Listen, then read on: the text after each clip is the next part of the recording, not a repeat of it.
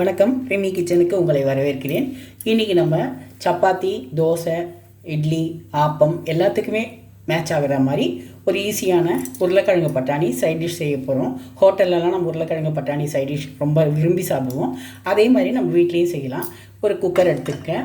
குக்கரில் ஒரு spoon 1.5 spoon அளவு எண்ணெயை விட்டுக்கலாம். ரொம்ப வேண்டாம், கொஞ்சம் போதும். அந்த எண்ணெய் கொஞ்சம் சூடாகட்டும். ரொம்ப ஈஸியானது, ரொம்ப டேஸ்டியானது, எல்லாருக்கும் பிடிக்கும். இதை நீங்கள் எல்லாருமே ட்ரை பண்ணி பார்க்கலாம். ஒரு பிரியாணி இலையை போட்டுப்போம். கொஞ்சமாக ஜீரகம் போட்டுப்போம். இதுக்கு கடுகு போட வேண்டாம், சோம்பு போட வேண்டாம், ஜீரகம் தான் போடணும். கொஞ்சமாக இஞ்சி பூண்டு போட்டுப்போம். இஞ்சி பூண்டு அப்படியே அடி பிடிச்சிடும். அதனால் உடனே கொஞ்சம் வெங்காயத்தை இப்படி க்ரஷ் பண்ணி போட்டுப்போம். இல்லை நீர் பாக்கில் அரிஞ்சு வச்சிங்கன்னா இப்படி க்ரஷ் பண்ணி போட்டுக்கலாம். ஒரு வெங்காயம் போதும், ஒரு மீடியம் சைஸ் வெங்காயம். ரொம்ப சின்னது வேண்டாம், கொஞ்சம் மீடியம் சைஸு. இதை அடி பிடிக்காமல் கொஞ்சம் வதக்கிப்போம். கொஞ்சம் கலர் மாறுற அளவுக்கு வதக்கிப்போம். கொஞ்சம் கலர் மாறினா போதும், ரொம்பலாம் மாற வேண்டாம். அந்த வாசனை வரணும், அவ்வளோதான். அப்படியே நம்ம குக்கரில் வேக தான் வைக்க போகிறோம். கொஞ்சம் வேகட்டும், கொஞ்சம் வதங்கட்டும், வேக வேண்டாம். நம்ம உருளைக்கிழங்கு பட்டாணி போட்டு தான் வேக வைக்க போகிறோம். கொஞ்சம் வதங்கிடுச்சு. இப்போ நான் ஒரே ஒரு உருளைக்கிழங்கை தோலெல்லாம் சீவிட்டு கட் பண்ணி வச்சுருக்கேன். அந்த உருளைக்கிழங்கை போட்டுக்கிறேன் சின்ன சின்ன பீஸாக. ஒரு கைப்பிடி அளவு பட்டாணியை, காஞ்ச பட்டாணி நான் எடுத்திருக்கேன், ஊற வச்சுருக்கேன், அதை போட்டுக்கிறேன். பச்சை பட்டாணினா அப்படியே போட்டுக்கலாம். காஞ்ச பட்டாணினா நீங்கள் ஊற வச்சுட்டு அது ஊறின அப்புறம் தான் போட முடியும். பச்சை பட்டாணினா அப்படியே போட்டுக்கலாம். இதை போட்டுப்போம். இதையும் கொஞ்சம் வதக்குவோம். இது தோசைக்கு, ஆப்பத்துக்கு, சப்பாத்தி, பூரிக்கெலாம் ரொம்ப நல்லாயிருக்கும். குழந்தைங்கள்லேருந்து பெரியவங்க வரைக்கும் ரொம்ப இஷ்டமாக சாப்பிடுவாங்க. ஒன்றும் இல்லை, குக்கரில் வேகிற நேரம் தான் இது, வேறு ஒன்றுமே இல்லை. ரொம்ப ஈஸியானது, ஆனால் ரொம்ப டேஸ்டியானது. சட்டுன்னு செய்யவும் செய்யலாம். அது வதக்கிட்டோம். இப்போ நான் 2 தக்காளியை இந்த மாதிரியே அரைச்சி வச்சுருக்கேன், அதையும் போட்டுப்போம்.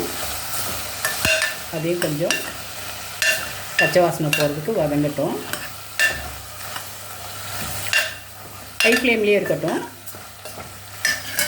அது வதங்கும்போது கொஞ்சம் மிளகா பொடி, கொஞ்சம் மஞ்சள் பொடி போட்டுப்போம். இதுக்கு காரத்துக்கு இவ்வளோ தான் நம்ம போடுறது. ரொம்ப காரசாரமாலாம் இருக்காது, மீடியமாக தான் இருக்கும். நம்ம டிஃபனுக்கு முக்கால்வாசி செய்யும்போது ரொம்ப காரமாக செய்ய மாட்டோம் இல்லையா, அதனால் கொஞ்சம் தான் காரமாக இருக்கும். மீடியமாக தான் இருக்கும், ரொம்ப காரம் இருக்காது, எல்லாருமே சாப்பிட்லாம். அதனால் இப்போ பச்சை வாசனை போட்டோம், கொஞ்சம் வதங்கட்டும். கொஞ்சம் இந்த வதங்கும் போது அதனுடைய வாசனை, அந்த எண்ணெய்லாம் இதாகிட்டு நல்லா வரும்போது ரொம்ப நல்லாயிருக்கும். கொஞ்சம் வதங்கட்டும். அந்த மிளகா பொடியினுடைய பச்சை வாசனை போகணும், அதுக்கு தான். தக்காளியும் கொஞ்சம் வதங்கணும். குக்கரில் நம்ம வேக தான் வைக்க போகிறோம், ஆவியில் வெந்துற போது. இதுக்கு ஒரு 2-2.5 கிளாஸ் தண்ணி விட்டுப்போம். தண்ணி விட்டுட்டு உப்பு, தேவையான அளவு உப்பு போடணும்.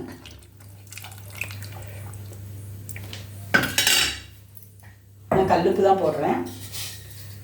அவங்கவுங்க டேஸ்ட்டுக்கு உப்பு எவ்வளோ வேணுமோ அவ்வளோ போட்டுக்கலாம். உப்பு போட்டுட்டு நம்ம குக்கரை பட்டாணி, உருளைக்கிழங்கு, இஞ்சி பூண்டு, வெங்காயம்லாம் ஜீரகம் போட்டு தாளித்து போட்டோம் இல்லையா, அப்படியே குக்கரை மூடி வச்சுருவோம். ஒரு 3 விசில் இல்லை 4 விசில் போட்டுக்கோங்க. ஏன்னா பட்டாணி பச்சை பட்டாணினா 3 விசில் போதும். நான் காஞ்ச பட்டாணி ஊற வச்சு போட்டிருக்கறதுனால 4 விசில் வைக்க போகிறேன். இது வேகட்டும், விசில் வந்தப்புறம் பார்க்கலாம். இப்போ நம்ம உருளைக்கிழங்கும் பட்டாணியும் வெந்துடுச்சு. உருளைக்கிழங்கு மட்டும் லைட்டாக மசிச்சு விட்டுப்போம். பட்டாணி நல்லா வெந்திருக்கு. இப்படி தொட்டு பார்த்தா தெரியும் நமக்கு நல்லா வெந்திருக்கு. உருளைக்கிழங்கை மட்டும் சும்மா கொஞ்சம் மசிச்சு விட்டுப்போம். ஸ்டவ் ஆன் பண்ணிடலாம்.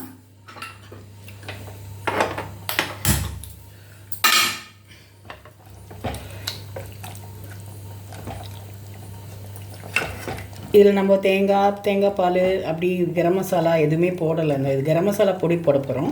பட்டை கிராம்பு அந்த மாதிரிலாம் எதுவுமே போடலை. அதனால் இது வந்து ரொம்ப ஹெல்த்தியானது. யாருக்கும் உடம்புக்கு எதுவும் பண்ணாது, எல்லாருமே சாப்பிட்லாம். சப்பாத்திக்கு பூரிக்கு ரொம்ப நல்லாயிருக்கும். நம்ம குழந்தைங்க எல்லாம் ஹோட்டல் போனால் பூரி மசாலா வேணும்னு சொல்லுவாங்க, தோசைனா மசால் தோசை வேணும்னு சொல்லுவாங்க. இந்த மாதிரி ஒரு நல்ல சைட் டிஷ் இது. இட்லி தோசைக்கு நீங்கள் கொஞ்சம் லிக்விடாக எடுத்துக்கணும். இட்லி தோசைன்னா அது நம்மளோட ஐடியா தான். நம்ம இட்லி தோசைக்குன்னா கொஞ்சம் தண்ணியாக வச்சுக்கணும். சப்பாத்திக்கு கொஞ்சம் கிரேவியாக இருந்தாலே நல்லாயிருக்கும். ரொம்ப தண்ணியாக இருந்தாலும் நல்லா இருக்காது. இப்போ நம்ம உருளைக்கிழங்கு மட்டும் கொஞ்சம் அப்படி மசிச்சு விட்டுப்போம் ஒன்றும் பார்த்தீங்கன்னா.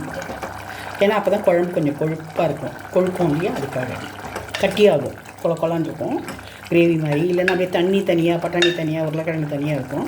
உருளைக்கிழங்கு மசிச்சு விட்டோன்னா கொஞ்சம் கிரேவி மாதிரி ஆயிடுச்சு பாருங்கள். இப்போ நம்ம இதில் ஒரு 2 பச்சை மிளகாவை போட்டுப்போம். கொஞ்சமாக கரம் மசாலா தூள் ஒரு வாசனைக்காக, கொஞ்சம் சூடாக அது சூடுபட்டு கொஞ்சம் கிளறி விட்டோன்னா அது கொஞ்சம் அந்த பச்சை வாசனை போகும். லாஸ்ட்டாக கொஞ்சம் கொத்தமல்லி தூவிப்போம். இந்த டைம் உப்பு சரியாக இருக்கான்னு பார்த்துக்கணும். ஏன்னா வந்து நம்ம கொஞ்சம் தானே உப்பு போட்டோம், உப்பு சரியாக இருந்தால் இந்த டைம் போட்டுக்கலாம். இப்போ கிரேவி ரெடி ஆகிடுச்சு. கொஞ்சம் நேரம் ஆகட்டும், கொஞ்சம் கெட்டியாகணும், கொஞ்சம் நேரம் ஆகட்டும். இப்போ உப்பு பார்த்துக்கலாம்.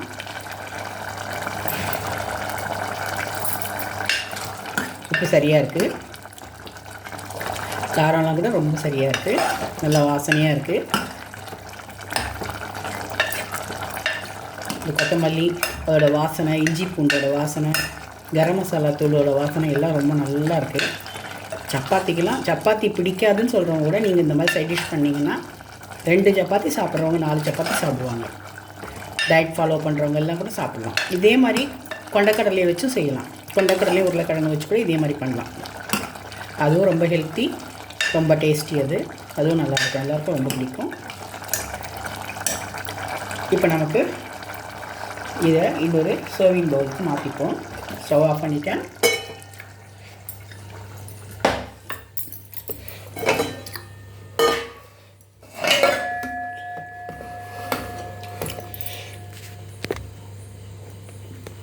எதையுமே நம்ம க்ரியேட்டிவாக எல்லாருக்கும் பிடிச்ச மாதிரி நம்ம டேஸ்டியாக செய்து கொடுத்தா எல்லாருமே ரொம்ப விரும்பி சாப்பிடுவாங்க.